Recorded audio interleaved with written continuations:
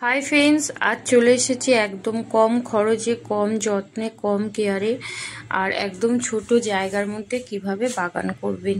একটা পয়সা ব্যয় না করেও যারা অনেকে আছেন যে বাগান করতে ইচ্ছা প্রকাশ করেন বা বাগান করতে ভালোবাসেন, কিন্তু ব্যয়ের কারণে তো আপনারা বাগান করতে পারেন না, তাদের জন্য একদমই এই ভিডিওটা। তো প্লিজ বন্ধুরা, ভিডিওটা সম্পূর্ণ দেখবেন। আর যারা নতুন গার্ডেনিং করতে চাইছেন, ভাবছেন কি গাছ লাগাবেন, কোন গাছ দিলে ভালোভাবে আপনারা বাগানটাকে করতে পারবেন, না মারা যায়, কোনো কিছু প্রবলেম না ক্রিয়েট হয়, তো বন্ধুরা আজকের আমি বলবো ভিডিওটা আপনাদের জন্য। তো তার আগে প্লিজ সাবস্ক্রাইব করবেন আর পাশে থাকা বেল বটন অন করে দেবেন।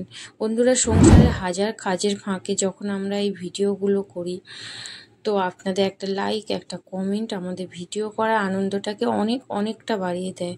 আর আপনারা কমেন্ট করলেও বুঝতে পারি যে আপনাদের ভালো লাগছে কি না। তো চলুন আজকের ভিডিওটা শুরু করি। আপনারা যে এই মানি প্ল্যান্টটা দেখছেন, এই মানি প্ল্যান্টটা আমি কিন্তু কাটিং করে এনেছি। আর রাস্তার আশেপাশে আপনারা যে কোনো জায়গায় এই মানি প্ল্যান্টগুলো হয়ে থাকতে দেখবেন। তো সেখান থেকে আমি 3-4খানা ডগ প্রথমে কেটে এনেছিলাম।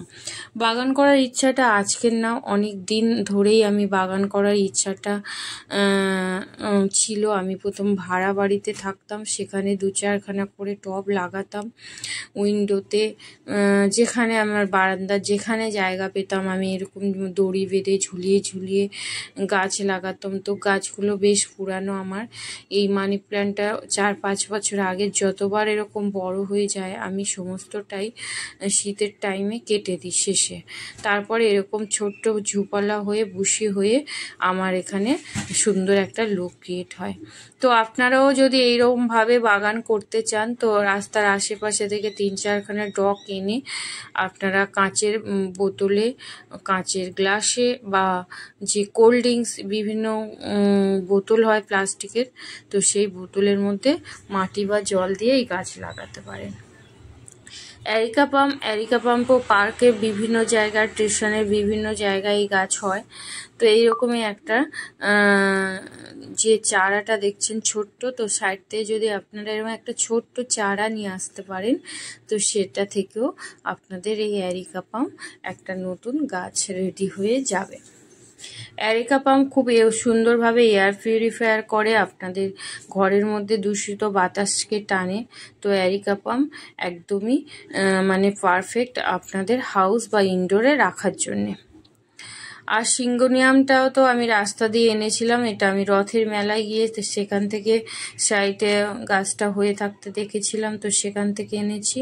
আর এই বোতলটা দেখছেন সিলভার কালারে একটা রং করে দিয়েছি, যেটা আমার গিলের রং করে দিয়েছি। তো সিঙ্গোনিয়ামও জলের বোতলের মধ্যে কত সুন্দরভাবে হয়ে আছে দেখুন। সিঙ্গোনিয়াম আমার কাছে 3-4খানা আছে। আর প্রোটন, এই ফোটনটাও আমি একটা ডাল কাটিং করে এনেছিলাম, বেশ 3-4 মাস বয়স হয়ে গেছে, আরও একটু বেশি হতে পারে, 4-5টা ডগ হয়েছে। এই ফোটনটাও খুব সহজে হয়। আর টার্টেল হার্ট এরকম ছোট্ট একটা কাটিং নিয়ে যদি আপনারা মাটির উপরে ফেলে রেখে দেন, সেখান থেকেও খুব সুন্দরভাবে হয়। আর এই টবটা আমি 10 টাকা দিয়ে, যে 10 টাকাওয়ালারা আসে ওদের থেকে নিয়েছিলাম। এখন চলুন একটা খুব ইম্পর্টেন্ট গাছ দেখাই। এটা আমি কেপিসিতে গিয়েছিলাম যাদবপুরে। আপনারা যারা যাবেন লক্ষ্য করবেন যাদবপুরে কেপিসিতে, ওখানে একটা বিশাল বড় লম্বা অনেকটা বড় হাইটের একটা গাছ আছে এর। তো সেখান থেকে দেখবেন ঝরে ঝরে পড়ছে এরকম বেবি প্লান্ট। তো আমি এই বেবি প্লান্টটা আমি কুড়িয়ে এনেছিলাম, একটাই এনেছিলাম। তো এনে আমি প্রথমে 2-4 দিন এমনি উইন্ডোর মধ্যে ফেলে রেখেছিলাম, তখন দেখতে ভালো লাগছিল নিয়ে এসেছিলাম, ভাবতে পারিনি যে ওগুলো থেকেও গাছ হয়। তো তারপর মনে হলো যে গাছটা একটু বালির মধ্যে রেখে দিই। বালির মধ্যে রাখতে দেখলাম গোত এসছে। তারপরে এরকম গ্রো ব্যাগে ছোট্ট 4 ইঞ্চির একটা গ্রো ব্যাগ পড়েছিল, তার মধ্যে লাগালাম। এখন এত বড় বড় লিভস বেরিয়েছে, আর লিভসগুলো অসাধারণ দেখতে কিন্তু। দেখুন স্পাইডার প্ল্যান্ট, স্নেক প্ল্যান্ট বা সং অফ ইন্ডিয়ার মতো কিছুটা লিভস। আর এই যে এই পার্পেল প্ল্যান্টটা আমি রাস্তার ধার দিয়ে এনেছি। সং অফ ইন্ডিয়া এটা খুব ভালো, খুব হার্ডি প্লান্ট, কাটিং থেকে খুব সহজে হয়। প্রত্যেকটা গাছ আপনারা কিন্তু কালেক্ট করে আনতে পারেন। ব্রেকেনভেরিয়া এটাও আমি কাটিং করেছি। দেখুন এখান থেকে একটা কাণ্ড একটা রাস্তার পাশে হয়েছিল, কিন্তু পাতা নেই, কিছু নেই, শুধু একটা এরকম কাণ্ড পড়েছিল। তো সেখান থেকে নিয়ে এসে আমার একটা ব্রেকেনভেরিয়া বিশাল বড় গাছ হয়ে গেছে।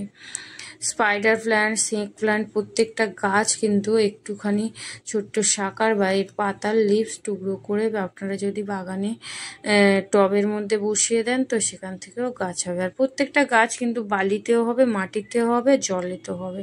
তো আপনাদের যার যেমন পরিস্থিতি থাকবে, সুবিধা থাকবে, সেই মতো লাগিয়ে কিন্তু একটা আস্ত বাগান করে ফেলতে পারেন।